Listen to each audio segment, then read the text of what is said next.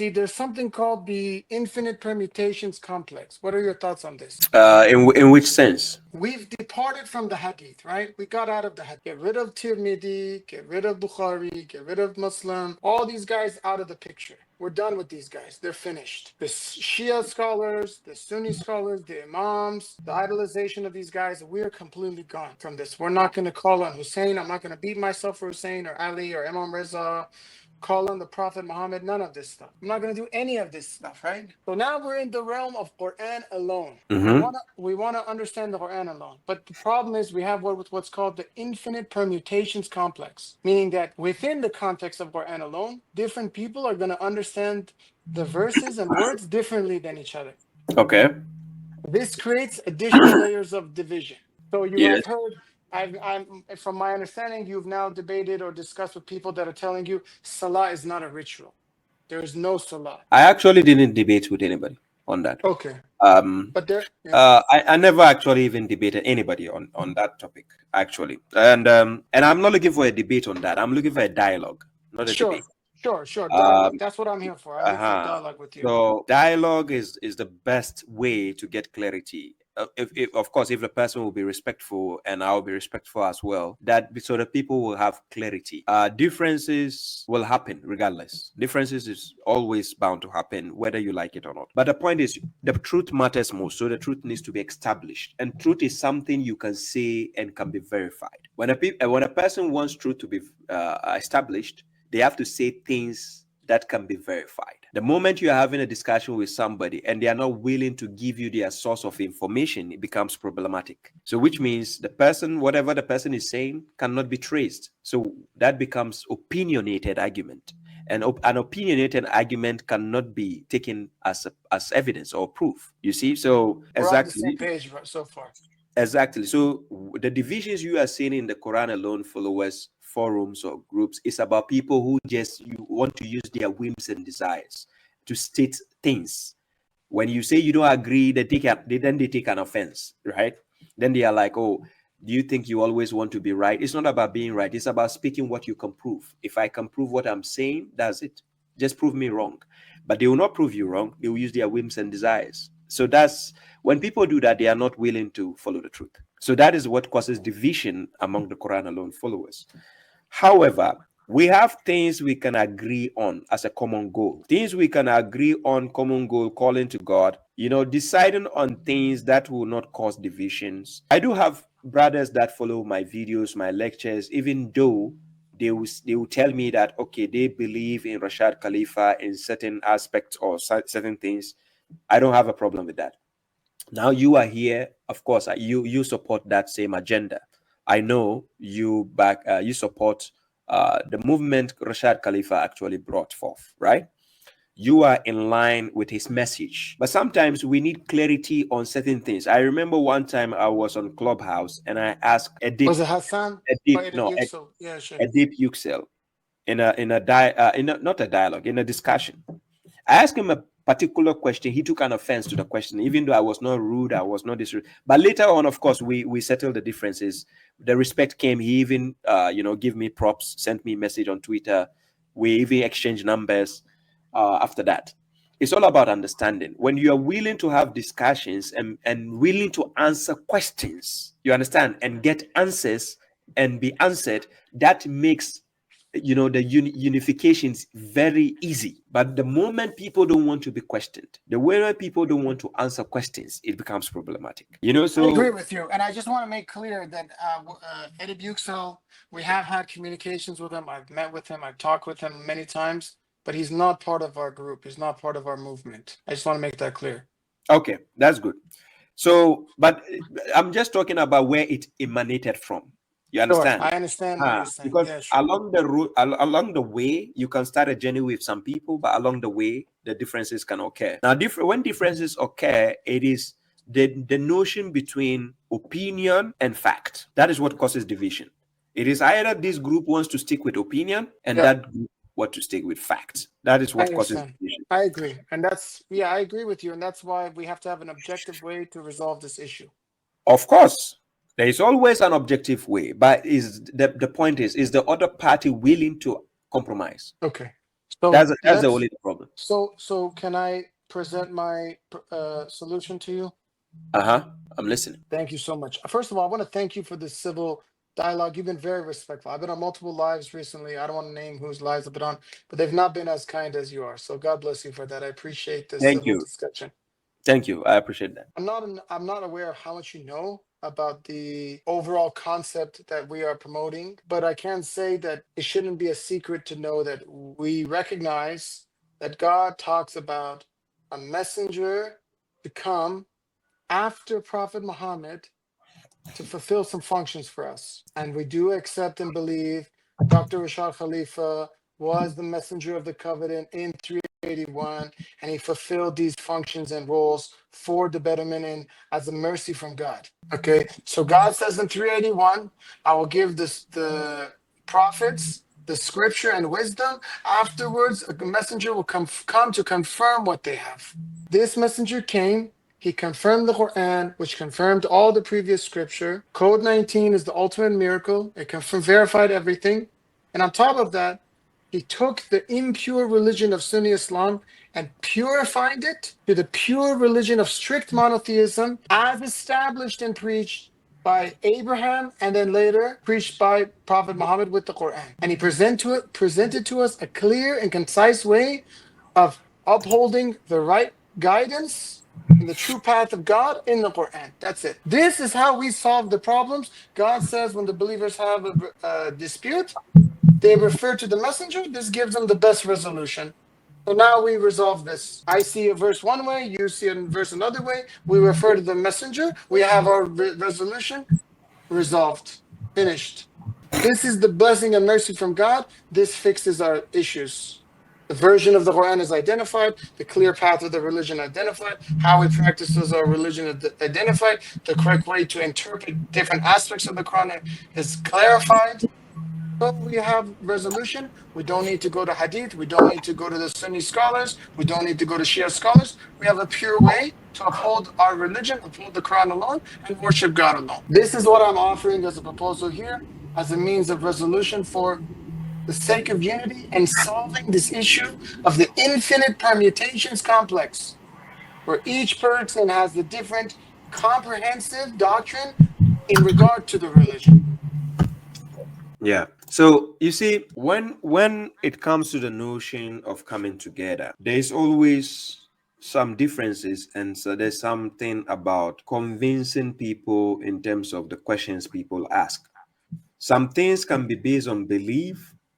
Believing is a choice, but when it comes to the truth, it's about conviction. It is what you say to convince people. Then somebody has to disprove you. In a logical argument, in a dialogue, you say things that somebody has to bring up another evidence or truth that can actually prove your claim to be false. Now, I remember one of the things I asked during that time, I think it was about 2-3 years ago, when I asked Edip Yüksel a question at that time. So concerning where he says overrate is 19. So then I asked him, does that mean based on the 19, two verses in the Quran are false, that they have been taken out?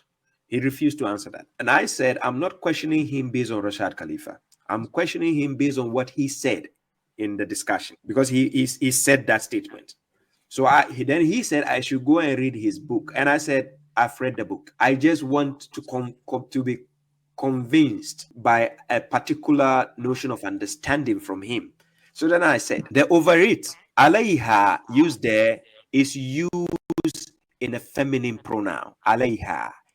God never said alayhi. He says alayha this ata ashara. So if in that context we are talking about the Quran, why did God use a feminine pronoun and not a masculine pronoun? Because he normally used masculine pronoun to reference to the Quran. If it's a Quran, he will say alayhi. Or if it is the book, he will say alayhi. But here he says alayha this ata ashara.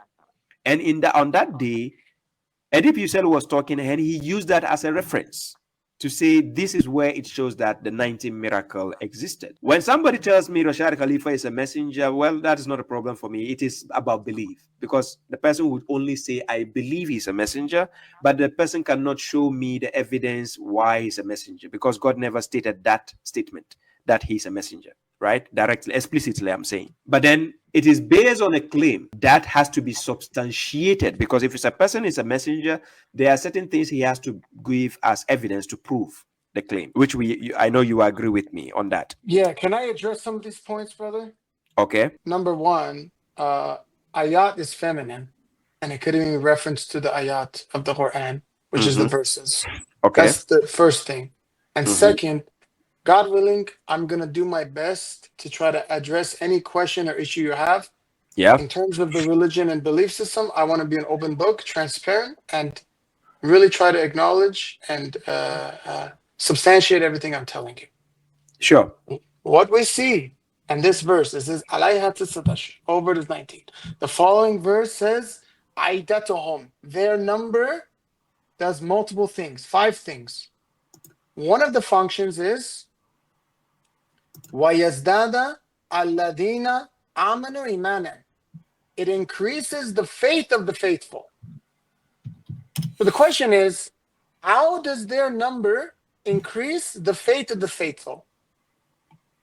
We recognize this as increasing our faith because we witnessed the miracle of the Quran. Now we have 28 versions of the Quran, and with the code 19, we can verify and authenticate the true version of the Quran. What is the Quran the Prophet Muhammad received? Is it the Hafs and Asim? Is it Warsh? Is it Duri? Is it Qalun? How many verses is the Quran? Different versions have different configuration of the verses. Different words are used. 2184 in one version it says maskin, one version it says masakin. This has to do with the different law regarding the missing of the day of fasting during Ramadan. In one instance, you are told to feed one person. In another instance, you have to feed 3 or more people.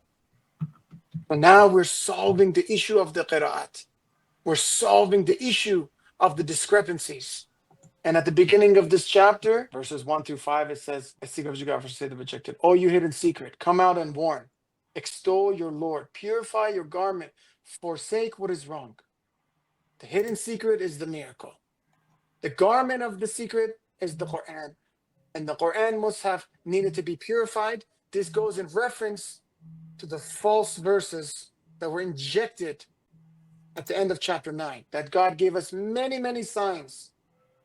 God says he protects the Quran in the Lohul Mahfuz, the master tablet, 85, 21, and 22. Indeed, it is a glorious Quran in a preserved master tablet. So now we access this master tablet with the ultimate miracle, code 19, the preservation system of God. We can identify the Quran the Prophet Muhammad received over 1,400 years ago. And we have that book. And we have the proven word of God. And we have the correct way to access this book from God. And I'm more than happy to be patiently go through the evidence with you, go through the huruf al-muqatta'at, go through the Quranic initials, the different compositions of the Quran, and substantiate in detail with you and demonstrate to you the Quran is indeed proven and substantiated and authenticated and verified with the ultimate miracle code 19. It has a precise mathematical system, as an advanced antivirus system. It's ECC, error correction code. It detects viruses, it eliminates them. I'm willing to go through all of it with you, patiently, openly. I'm willing to give access to all the resources that I have and all the resources that my community has, to leave everything at your fingertips, to God willing reach your level of satisfaction, and all the viewers as well. We're open and transparent about this. No problem. Thank you. Thank you. I appreciate that. You see, there are perspectives to every issue. Perspective to every issue, meaning there are ways to analyze certain issues when they are presented. For instance, I know you still use the translation from Rashad Khalifa, or do you have a different one now? That's the translation I use. I use the translation by Rashad Khalifa. Okay, now I can just put it on the screen. I have it here, so I'll put it on the screen so people will know what I'm trying to say. I go to the verse you just read, chapter 74, then I start from verse 30, just to show people something. So 24:30, I'm going to read. It says over 8 is 19, right? He has a footnote. The footnote explains down there. But then it says we appointed angels to be guardians of hell, and we assigned, then he says their number, then he put into bracket 19. So he says their number. In Arabic, it will say iddatahum. So it says their number. And the number was the one mentioned above. So Rashad Khalifa himself put asterisk there to highlight that this is the 19. But then he created a footnote to give further explanation on his findings. But then the more important aspect, when we are looking at the text with the context, by the text, we see that it says iddatahum, because when you take the word malaika in the plural form, it says malaikatu, malaikata, malaikati. It ends in a plural form in such a way that it sounds feminine. But then it says we appointed angels to be guardians of hell. Then he says we assigned, then he says their number. Their number. If it's talking about the verses, then he says iddataha. If it's referencing to verses, right? I'm just giving you another perspective from what you just said. So it will say iddataha. But here he says iddatahum. Then Rashad Khalifa himself, he put 19. Then number one, the reason is to disturb the disbelievers. So now here we can establish from his own translation that iddatahum representing the angels. I'm not saying it. He did it there. You see? So let's go through this. So how does that, so if we so there's two issues here.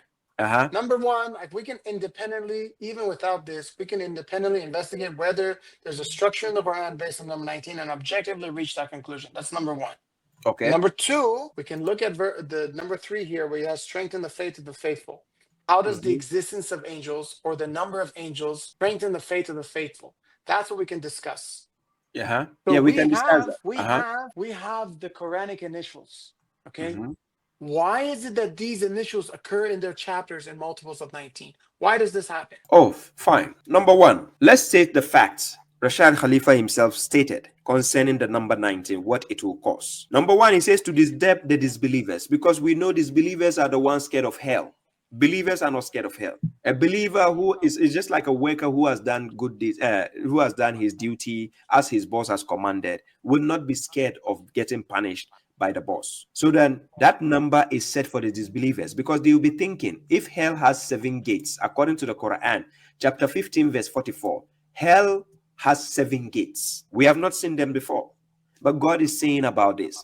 Then these 7 gates, he's telling you 19 angels are going to be the custodians or guardians of the hell. So now he says to disturb the disbelievers. Then Rashad Khalifa put the verse to convince the Christians and the Jews. But when we read the Arabic, we don't see the word Christians and Jews there. Then he says that this is a divine scripture. It says people of the previous scripture. That automatically means... I understand. But he never said, God never said Christians and Jews. Because we believe it's synonymous, brother. We believe it's synonymous. It means no. I understand your point. I'm just giving a perspective. I'm saying that in Arabic we don't see it like that. Then it goes number 3. Then he says to strengthen the faith of the faithful or the believers, because believers, we believe that whatever God says concerning hell and paradise is true. We don't doubt. So it increases in faith. We know hell has 7 gates, and we know it has 19 angels to guard that gate. We don't doubt that. So now, then he says to remove all traces of doubt from the hearts of Christians, Jews, as well as the believers, which God still didn't mention in Arabic version. Some of the things he added. Then he says, number 5, to expose those who harbor doubts in their hearts. And the disbelievers, they will say, what did God mean by this allegory? Of course, a disbeliever can say, how come hell can have 7 gates? How big is hell? And he can say, how come 19 angels to guide us? He will laugh about it, because he will just like, what does God mean by this? That's a disbeliever's perspective, not a believer's perspective. God never said a believer will have doubt or any issue. He says a disbeliever will say, what does God mean by this allegory? Then he says, God does send astray whomever he wills and guides whomever he wills. None knows the soldiers of your Lord except him, or we can say except he. Then he says, this is a reminder for the people. Okay, so this is based on what Rashad Khalifa himself said, right? Okay, now when we take these verses, me reading the verses from a neutral point, I don't see any hint where it says 19 is representing the verses. But what is the function of 19 for you? The function has been explained in verse 31. Yeah, how does it fulfill these functions? How does a Christian get convinced? People of the previous scripture, how are they convinced that the Quran is the word of God? Good. Now, when we say people of the previous scripture here, Quran chapter 17 verse 2 tells us, God says, وَآتَيْنَا مُوسَى الْكِتَابَ وَجَعَلْنَا هُدًى لِبَنِي إِسْرَائِيلَ أَلَّا تَتَّخِذُوا مِن دُونِي وَكِيلًا. God revealed the book to Musa to serve as a guidance for the children of Israel, that they should not take any representative. So here, if you are talking to me and you say people of the previous scripture, in my head, I know it is Bani Israel. They are the ones who are the people of the previous scripture. Now, when we bring the notion of Christians and the Jews, these people have formulated their own doctrines, their own books, and so on and so forth. So I don't see them mentioned in this verse in the first place. So I don't need to go to any Christian or Jew for anything.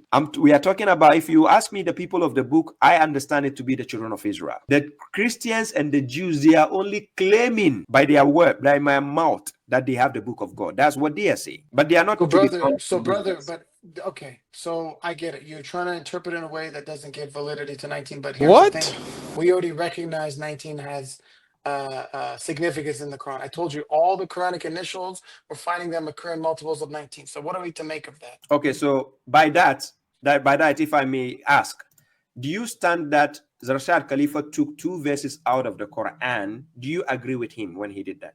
Absolutely. Those verses were never part of the Quran. Okay, so that means those verses existed in the Quran for centuries. In the Mus'hafs, yes. Okay, it existed in centuries till Rashad Khalifa came and then discovered that, right? Absolutely. Okay. Thank you. So how will you explain this verse? Chapter 41, verse 42. Let's start from 41. God says, indeed, there are those who disbelieve in the remembrance after it has come to them, but indeed, it is a precious book. What is the precious book? Then he says, no falsehood can approach from its front or from its behind.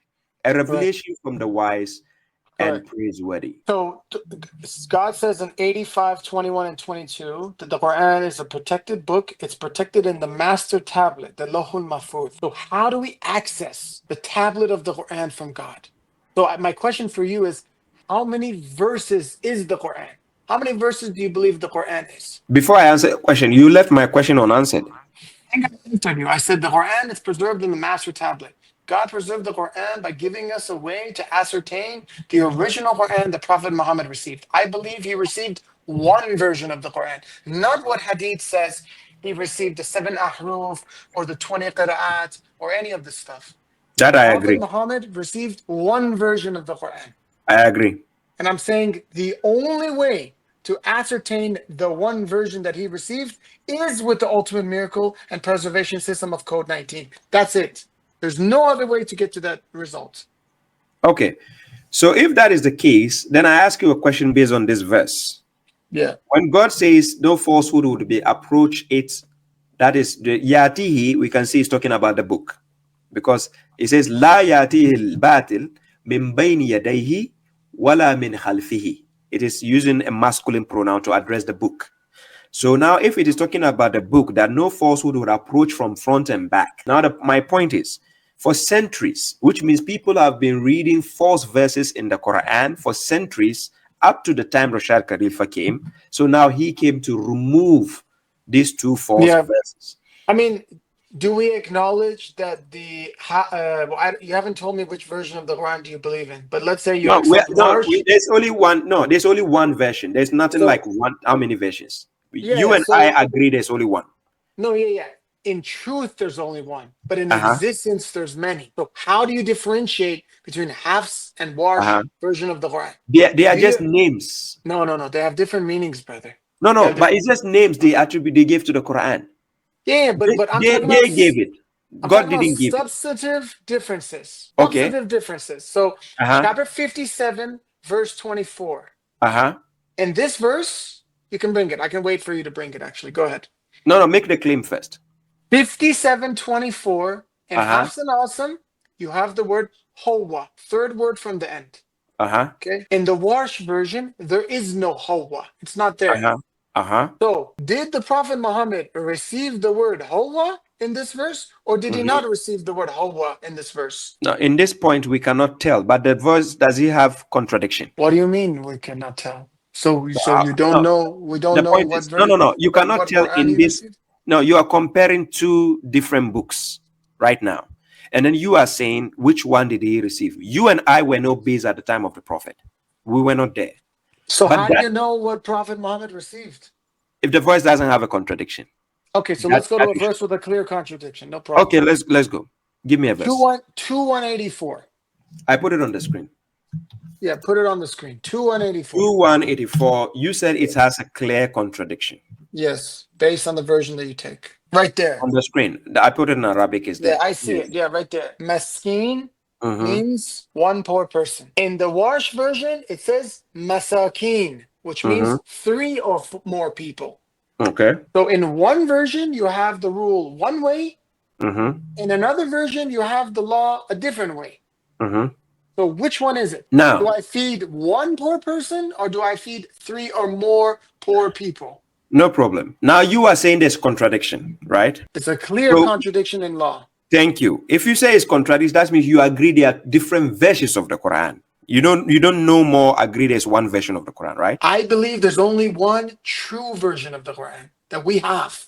Okay, But I help me. acknowledge the existence of other versions in the world. They exist. Maybe scribal errors, maybe people change, whatever. These Thank you. exist. But Thank there's you. only one true version of the Quran that is for us to follow and the Prophet Muhammad received. Good. I've been able to differentiate between all the versions by using the Hafs version compared to all the versions. But let me tell you the reason why. Now, when you take the verse, it says, Ayyamin ma'adudat. Then it says, Faman kana minkum maridan aw ala safarin. Then it says, Fa'iddatu min ayyamin ukhar. Then it says, Wa ala allazina yutikunahu fidyatu ta'amin miskin. This is the people who give it the name Hafs version. In this verse, according to the question you are asking me, when we go to the Warsh version, we see Masaki. But when we read the context of the verse, this miskin used that when you are struggling to do the fasting, this ransom or this redeem you have to do for yourself, you feed a poor person for 1 day of not being able to do the fasting. The context is still valid. There's no contradiction in that statement. However, if we have to compare it with the Warsh version, some people will say masakin, that you have to feed multiple. In the context, if I have to feed multiple ones, it doesn't befit the context of the verse to say you have to feed multiple people, because it is not specific. If you have to feed multiple people, how many? If you have to feed masakin, the question will be how many? So you're making a linguistic argument? No, based on what the Quran says. Yeah, that's a linguistic argument. You're No, making a linguistic first of argument to all, justify one word over the other used in but this first verse. of all, let me clarify the point. God says, "Afala yatadabbaruna al-Quran." Then He says, "Walau kana min indi ghayrillah lawajiduhu fihi ikhtilafan kathira." So it is based on the language of the Quran. You have to examine what the Quran says. God didn't say we should check it mathematically. Nowhere does He say you should check the Quran, examine the Quran mathematically to see if it is my word. Linguistically, you check the Quran, miskin makes more sense than masakin. Masakin is not specific, because then how many poor people do I have to feed? 10, 100, 200? It is a fallacy. So you're saying I use a logical deduction and grammatical linguistic analysis to substantiate the correct word used and this discrepancy. That's your. I've been able to prove that. Put me to the test. That's why I'm using the version people will call Hafs. Let's keep going. But still, you haven't answered my question. It's hanging. What's your question? My question, I just took you. I said, does that mean Rashad Khalifa discovering in the 20th century that he has seen what we call two verses as false? Does that mean all the centuries before him, falsehood has actually entered into the Quran? You haven't answered that. Yeah, brother, I explained to you that the Quran is preserved in the master tablet. I said this several times. No, I asked a question. You're focused on the ink and paper. And I'm saying the ink and paper that exists in Morocco or Egypt or Pakistan, that's not the Quran that's preserved by God. So you're saying that I'm using a subjective analysis to determine that Hafs and Asim is the correct one. And but the problem is we have inconsistencies even over time within Hafs and Asim. So, for example, 769, right? Is it bastatan with a sod or bastatan with a sin? Look, if we have to do that kind of discussion, we'll never finish today. We will keep going on and on and on Brother, in that but type there's a of bigger discussion. point. There's a bigger I point. have already done this analysis by myself, and I've done it with a lot of students who came to me to study this topic. We've done it several times. I even have files written on this. Okay, so I'm just curious. So are you just outright denying What? the existence of the mathematical composition of the Quran based on No, the number I'm not 19? denying it. I'm asking you the question to convince me. I said, Okay. are you saying falsehood? Because you can never tell me we cannot deal with ink and paper. Then what is the essence of using Quran now? Yeah, yes. We can take Hafs and Atam of the template, but even that needs further purification. Okay? Yeah, but purification is to examine the statement also Well, I just gave linguistically. you an example.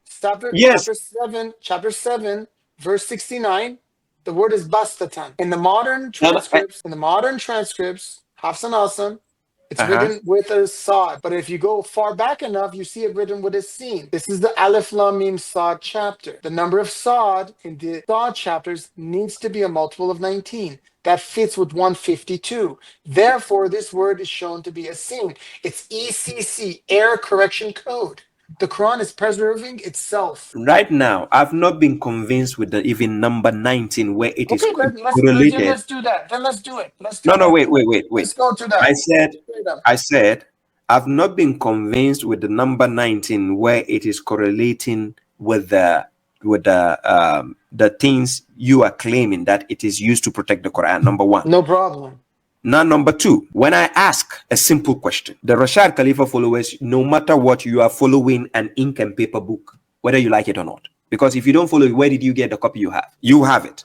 So the copy you have, I'm saying, does that mean the two verses Rashad Khalifa use the evidences from the Hadith, Makkah and Medina verses and saying whatever, to now remove those two verses from Surah At-Tawbah? Those verses already had a huge paper trail. They were already refuted by their own history. Either we accept the hadith is false, and they tried to make these hadith to substantiate the existence of these two verses, which is wrong anyway. It proves they're false. Or we assume the hadith is true, which also proves that these verses are fake. Nobody heard of them. Nobody knew what to do with them, and they slapped them on at the end of chapter 9. So whether the hadiths about these verses are true or false, both directions prove these verses are fake. What? But we don't even need to rely on any hadith. No, I can put you to the test now to prove to me how the verses are fake. Can we go that right now? Then you prove to me how. Sure. Let me put it on the screen. Chapter 9, verse 128. Yeah. So I want you to prove to me how these verses are fake. This is the verse. Yeah. Okay, prove to me. Yeah, so they have approximately 26 words across these two verses. Okay. Now, linguistically, I'm not talking about numbers or anything. Just linguistically, assess the verse and tell me how it is a contradiction.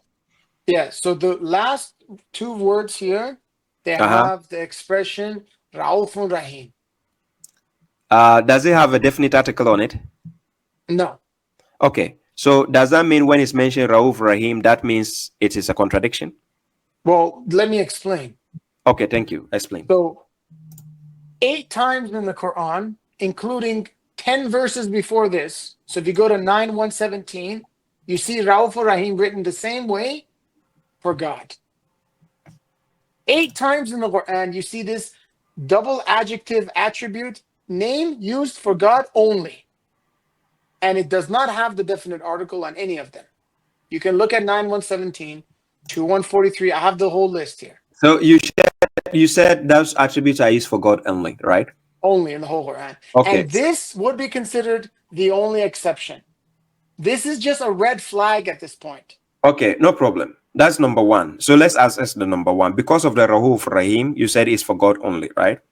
And I have the verses ready for you. I can recite them. So let's use this example.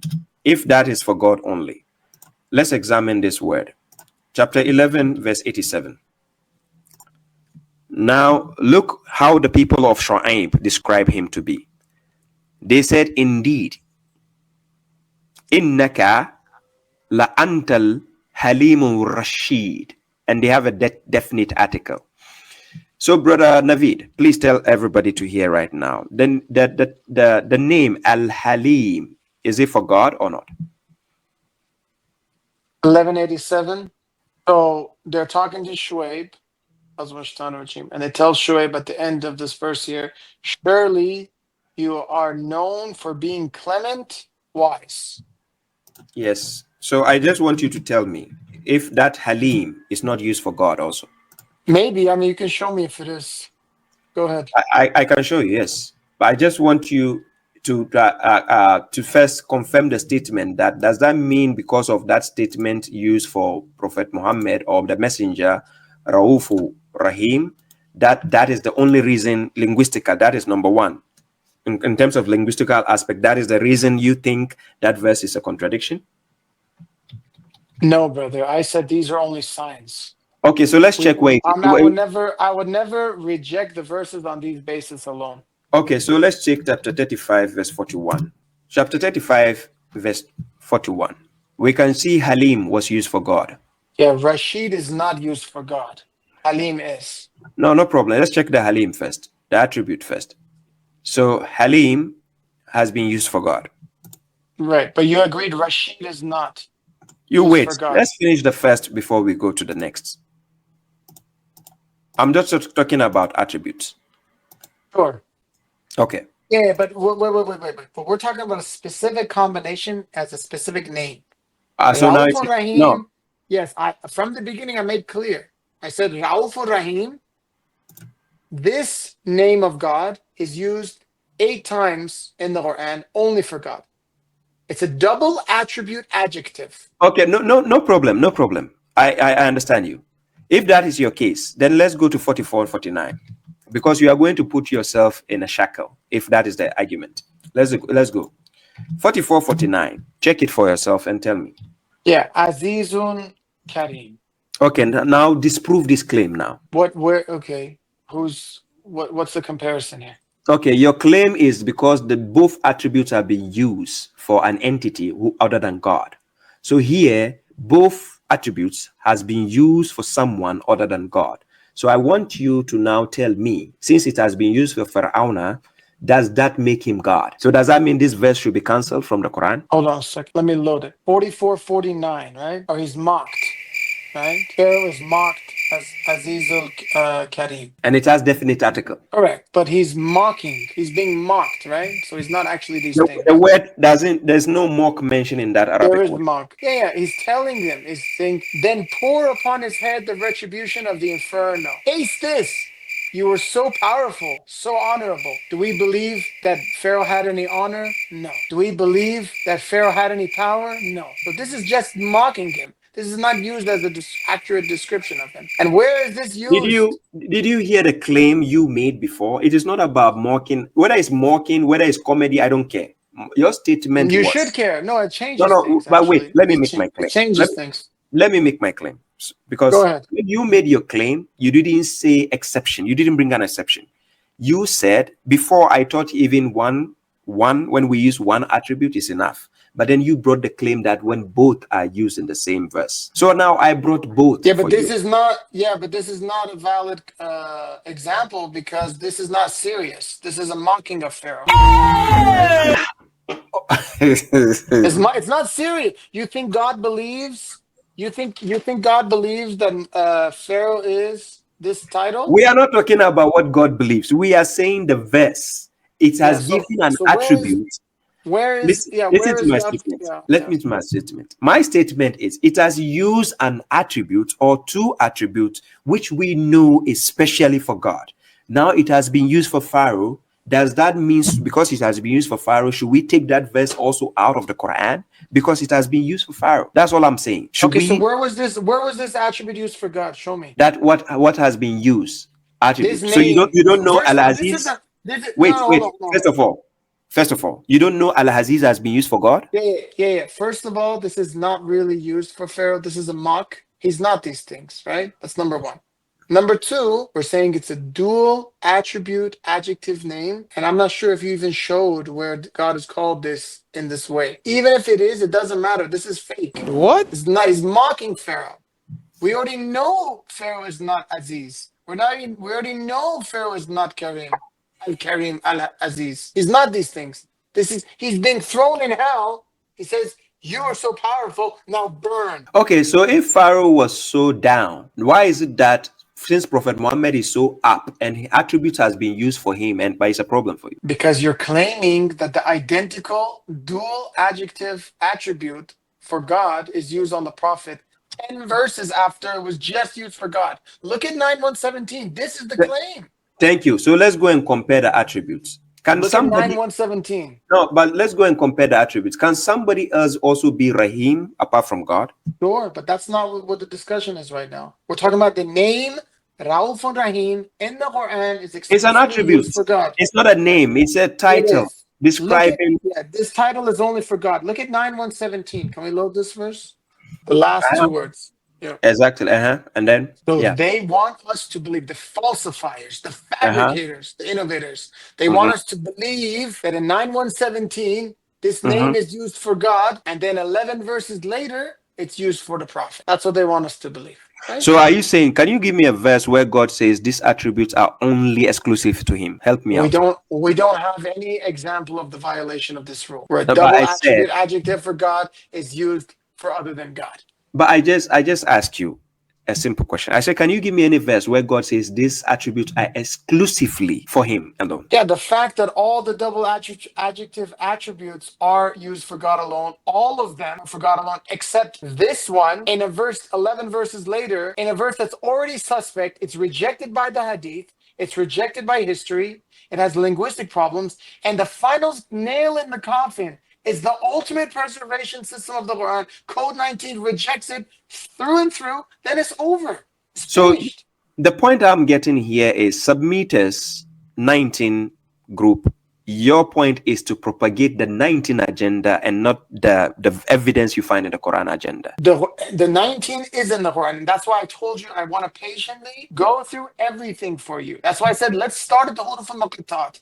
If I show you the chapters of the Quran, the Quranic initials have consistent methodology with the occurrence of the Huruf al-Muqattat, is that sufficient for you to substantiate the existence of a mathematical structure based on number 19? Because we can establish using the laws of probability the likelihood of these being multiples of 19 repeatedly. We can establish it. It's not A about mathematician multiples. We would are be not going to mathematics. God never mentioned the word mathematics in the Quran. I Yes, don't need to actually, he waste my referenced time. it in the Quran. He referenced the expression Kitab al-Marqum. Kitab What? al-Marqum means a numerically structured book. Kitab Markum, which has been used to attribute to the Quran. It doesn't even need to be referenced to the Okay, Quran. let's go and see where it is used to reference to the Quran. Can you show me that? Doesn't need to be. It doesn't need to be. I believe it's in So it's reference. not reference to the Quran. Hold on. I believe it is in reference to the Quran. But the fact that God is acknowledging the existence of numerically structured books, it's sufficient. Let's go to 72:28. God says he counted the numbers of all things. Is it a coincidence? The same verse that says he's counted the numbers of all things, 7228, also the digits add up to 19. But did he say he counted the number of all things and mentioned it in the Quran? So, brother, you're taking the position that you're saying it's not possible for us to ascertain mathematically that the Quran has a comprehensive system based on the number 19. This is your claim? That's not my claim. Is proof to me why the two verses were that's all I said. And in Linguistically, order to get there, we have to first establish the antivirus system. Which one is that? That's code 19. Can you prove to me from the verses where it says the 19 is attributed to the Quran? I don't even need a verse to say that. Then it cannot. I cannot be convinced. No. I don't even need a verse to say that. Is it impossible to substantiate a mathematical system of the Quran without any reference to it? I'm claiming it is referenced in the Quran. But even if it wasn't referenced, would it be possible for a book to be mathematically composed without any reference in the book itself? A book can be mathematical. I'm not divining facts. I said, listen. The Quran is, and I can show you evidence. God says in Quran chapter 6 verse 38, he says, "Ma faratna fil kitab min shay." Right? Yes. And how many letters is that? How many letters is that? I'm not interested in the letters. No, you should be. This is I'm not. No. I'm not. Let me make my statement. Let me finish my statement. Now, Prophet Muhammad needs to be told all this. We don't have any evidence of the Prophet reinstating this kind of statement to the people concerning any mathematics, because if there's mathematics, Prophet Muhammad will have known it before your Rashad Khalifa. That's not true. No. What? That's not true. That's a false assumption. as a baseless assumption. But you said Kitab Markum, and I asked you to prove that. You Doesn't said matter. it doesn't Doesn't have to be. matter. Doesn't So, matter. so Doesn't according matter. to you, the Prophet Muhammad doesn't know mathematics. He knew mathematics, but he had no clue about the ultimate miracle of the Quran. This was preserved to be released at a future date, exactly 1,406 years after the Quran is revealed, which is 19 times 74, about the number 19 in chapter 74, in the solar year 1974. If that doesn't give you goosebumps, I don't know what to tell you. What goosebumps? To take 2 verses away from the Quran should give me goosebumps. They were not. You answer me. How many verses is the Quran? You don't even know. No, the point is, let me tell you, the Quran I have has 6,236 verses. The statement of God has been memorized by people, has been memorized. Right now, if you are reading the Quran, you add one verse which is not in the Quran, it can be fished out. Which doesn't belong. What do you believe? What do you believe the preservation mechanism of the Quran is, brother? Now, where did God say people should preserve the Quran? God never said people should preserve the Quran. There's no Where verse. is the Quran? Where is the Quran? Where is the Lawh Mahfuz? No, you're asking me where is Lawh Mahfuz? Where is in the Quran? How do you access that? What Quran? So if I'm in Morocco, do I have the Lawh Mahfuz? That's why we have the Mus'haf. We have the copies with us. Brother, if I live in Morocco, do I have the correct Mus'haf? You have to investigate the book. Then. What do you mean? What do you mean? Now, why do we contemplate the Quran? What do you mean by what? Why do we contemplate the Quran? Why did God say contemplate the Quran? I gave you multiple examples. Even Giving me within examples.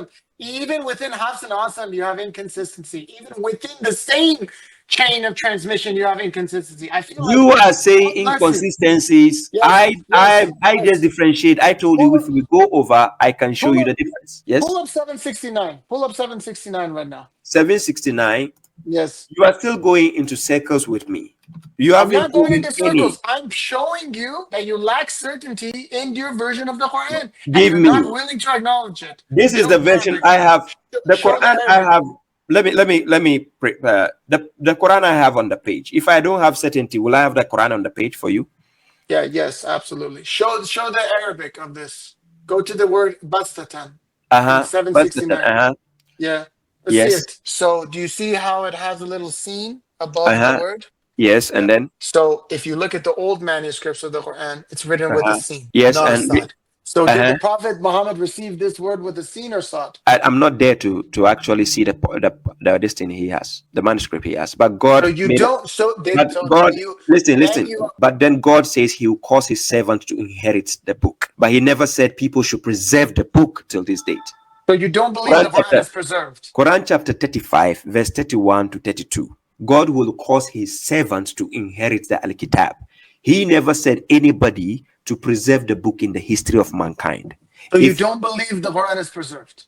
By who? By anyone. No, then show me evidence where God says people should preserve them.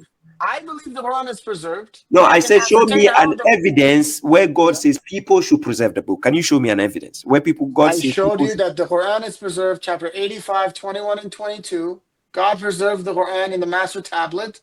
We access the master tablet with code 19. That's it. You don't have any way to access the master tablet. I just showed you. You can't even know which letter is supposed to go in this word here. You don't know.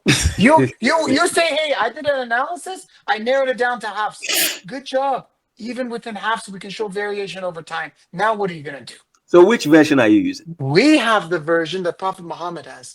Because give me the name of the version. There's no name. It's just the Quran. There's no name. Okay, you have the version. Give me the Arabic statement of this verse I just put, chapter 7, verse 69. Give me how is yours written. Can you put it on the mine is written the same, except the word bastatan is written with a scene only. Because this is a scene, this is the Alif Lam Mim Sad initial chapter, and the correct number of Sad needs to be a multiple of 19. That's 152. That corrects this. We confirmed it when we looked at the old Mus'haf. And you see, bastatan needs to be written with a sin, not a sad. Your current version of Hafs has it with a sad. This is wrong. This is what is written there. You saw sad with a sin on top of it. Why are you saying it has sad? What do you mean it's written with sad with a sin? And they didn't even have this at the time of the Prophet. Were you there at the time of the Prophet?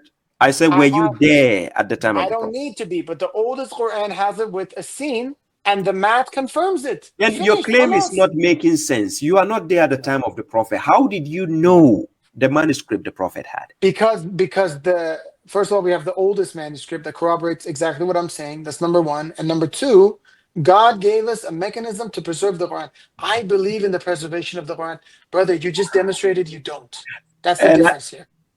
I have a Quran which doesn't have a contradiction. The one I have right now on the screen doesn't have a contradiction. And I told you how I Does have a assess the contradiction. Quran. According to, let me make a statement. According to you, you said there are two contradictory verses in the Quran. So Rashad Khalifa took it off for you. You said you are still using the translation Rashad Khalifa did for you. I even asked you which mushaf you have. You say it doesn't have a name, and you say it's from the Prophet's time. You cannot prove it. You can only say. I you can't cannot prove it. Code 19 is the biggest proof. So how come And you don't Prophet even let me talk Muhammad? about that.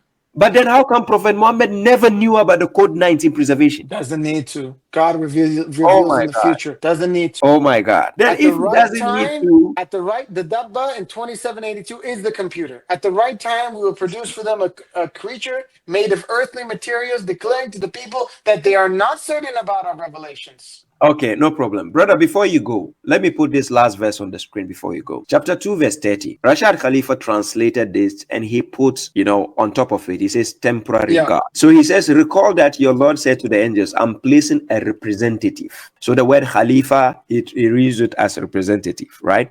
Then he says a temporary God. This is not me saying this. Rashad Khalifa put it there. He says a temporary God on earth. Yeah. Now, according to Rashad Khalifa, which you guys believe is a messenger of God, he is putting this understanding there that Iblis is a temporary God. Even though the verse into context is not talking about Iblis, it is talking about Adam.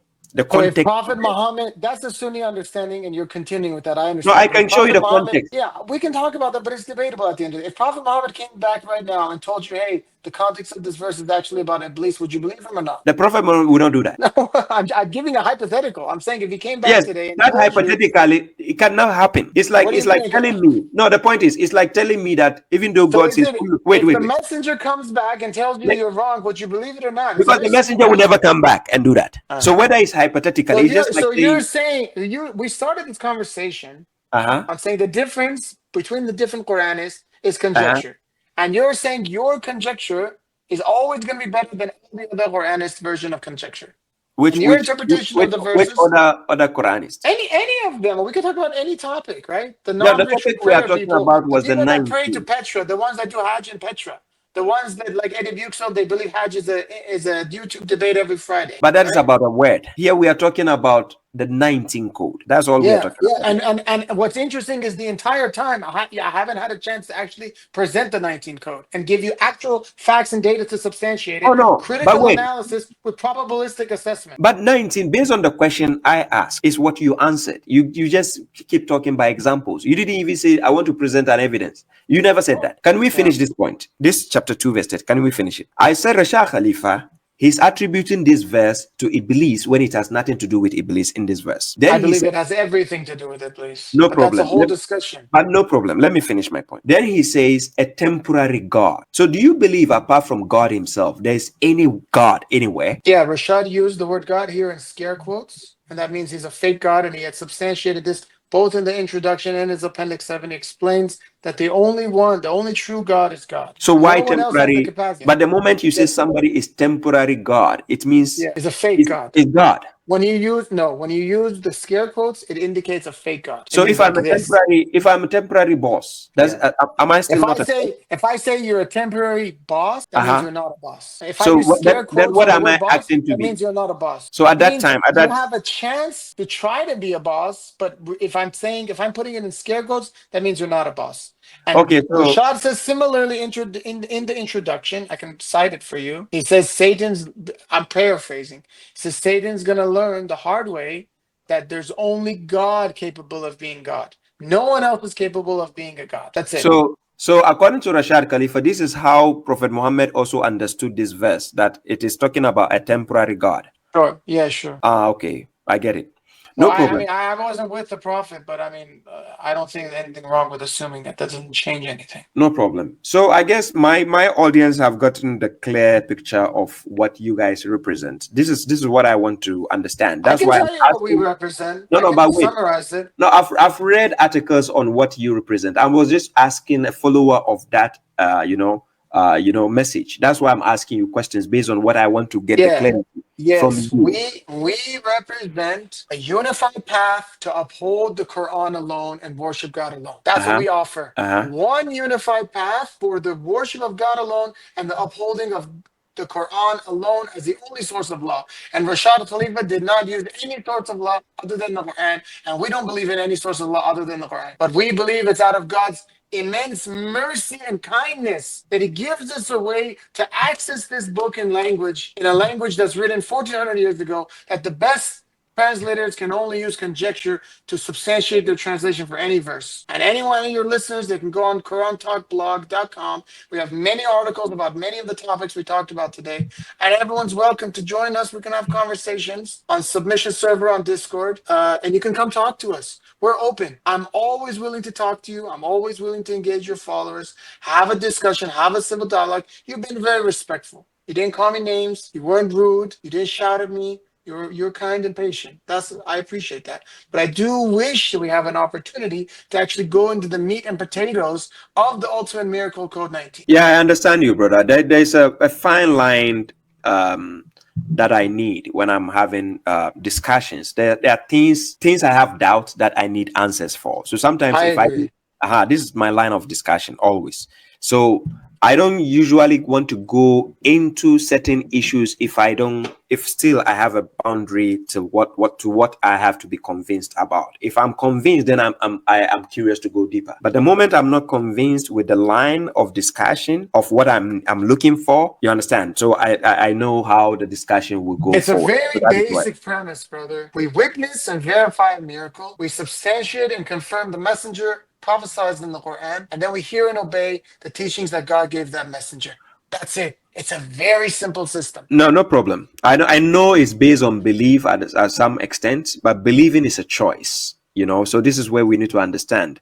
But sometimes when we have to establish the truth, it has to be based on evidence. As I said before, it is based on evidence where it has to be established for other party to be convinced. Maybe the person will not be convinced now, but later on, let's give it a time and see what God has in room for all of us. So thank you very much, Brother Naveed. If you have any last message to say before you go, you can just I just wanted to point out, the verse. Thank you so much. I just want to point out the verse 2097, where Moses speaks about the calf they made, and he says that he says in here, then he's debating them after they made the golden calf. He said, then go and throughout your life, do not even come close. You have an appointed time for your final judgment that you can never evade. Look at your God that you used to worship.